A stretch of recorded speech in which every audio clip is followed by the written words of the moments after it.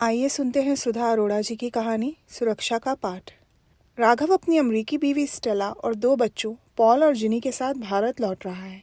सुनकर मेरा कलेजा चौड़ा हो गया। आखिर अपना देश खींचता तो है ही। मेरा बेटा राघव तो अमेरिका जाने के बाद और भी भारतीय हो गया था।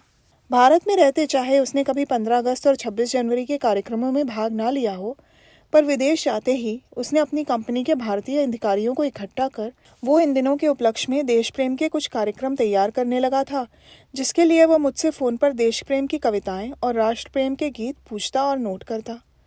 कार्यक्रम की शुरुआत का भाषण भी रोमन अक्षरों में देवनागरी लिखकर मैं ईमेल से उसे भेजती। ये अलग बात है कि मैं उसके लिए हिंदुस्तानी लड़की ढूंढ ही रही थी कि उसने अपनी एक अमेरिकन स्टेनो से शादी कर ली और 7वें महीने ही एक बेटा भी हो गया। साल भर बाद जिनी भी, जो बस 4 महीने की ही थी। उसकी तस्वीरें देखी थी, बिल्कुल राघव की तरह गोरी चुट्टी, गोल मटोल गब्दू सी। हमारा 4 बेडरूम का घर आबाद होने जा रहा था।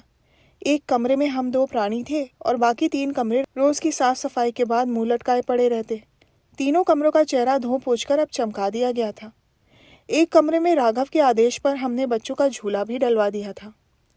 राघव का परिवार एयरपोर्ट से घर आया तो जैसे घर में दिवाली मन रही थी। घर को देखकर राघव के चेहरे पर भी दर्द था, जैसे स्टेला से कह रहा हो, देखा मेरा घर। स्टेला पहली बार आ रही थी।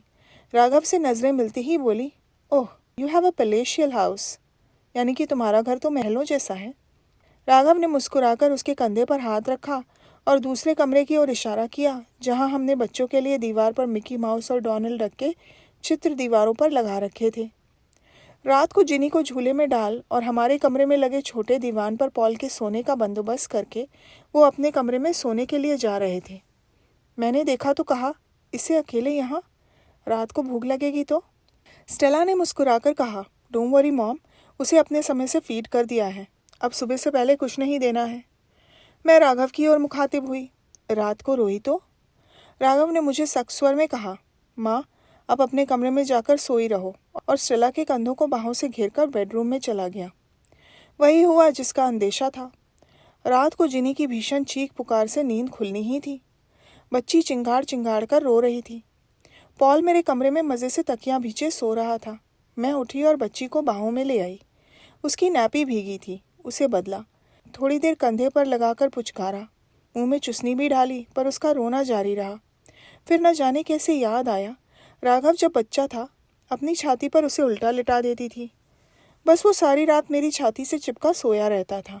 जिनी पर भी वही नुस्खा कारगर सिद्ध हुआ। मेरी धड़कन में उस बच्ची की धड़कनें समा गईं और वो चुपचाप सो गई। थोड़ी देर बाद मैं जाकर उसे उसके झूले में डाल आई। 3 दिन तक यही सिलसिला चलता रहा। रात को वो सप्तम सुर में चीखती, मैं उसे उठाती और कुछ देर बाद वो मेरे सीने पर उल्टे होकर सो जाती। लगता जैसे छोटा राघव लौट आया है। बीते दिनों में जीना इतना सुकून दे सकता है, कभी नहीं सोचा था। चौथे दिन अचानक सुबह नींद खुली। देखा तो राघव और स्टेला गुड़िया सी जिनी को मेरे सीने पर से उठाकर चीख रहे थे। तभी हम सोच रहे थे कि आजकल जिनी के रात को रोने की आवाज़ क्यों नहीं आती है। माँ, आपका ज़माना गया। बच्चे को रोना देना बच्चे के फेफड़ों के लिए कितना ज़रूरी है, आपको नहीं मालूम। डॉक्टर की सख्त हिदायत है कि वो अपने आप रो चिल्लाकर चुप होना और सोना सीख जाएगी। आप क्यों उसकी आदतें खराब करने पर तुली हैं? मैंने उनके रूखे ऊंचे स्वर को नज़रअंदाज करते हुए हंसकर कहा, आखिर तेरी ही बेटी है, तुझे भी तो ऐसे ही मेरे सीने पर उल्टे लेटकर नींद आती थी, याद नहीं? मैंने राघव को उसके 35 साल पहले के बचपन में लौटाने की एक फिजूल सी कोशिश की। माँ, प्लीज़ स्टॉप दिस नॉनसेंस। आप बच्चों को 30 साल पहले के झूले में नहीं झुला सकती। उन्हें इंडिपेंडेंट होना बचपन से ही सीखना है। आप अपने तौर तरीके, रीति रिवाज भूल जाइए। मैं चुप। याद आया, अमेरिका में पॉल के जन्म के बाद हम लंबी ड्राइव पर नायग्रा फॉल्स देखने जा रहे थे।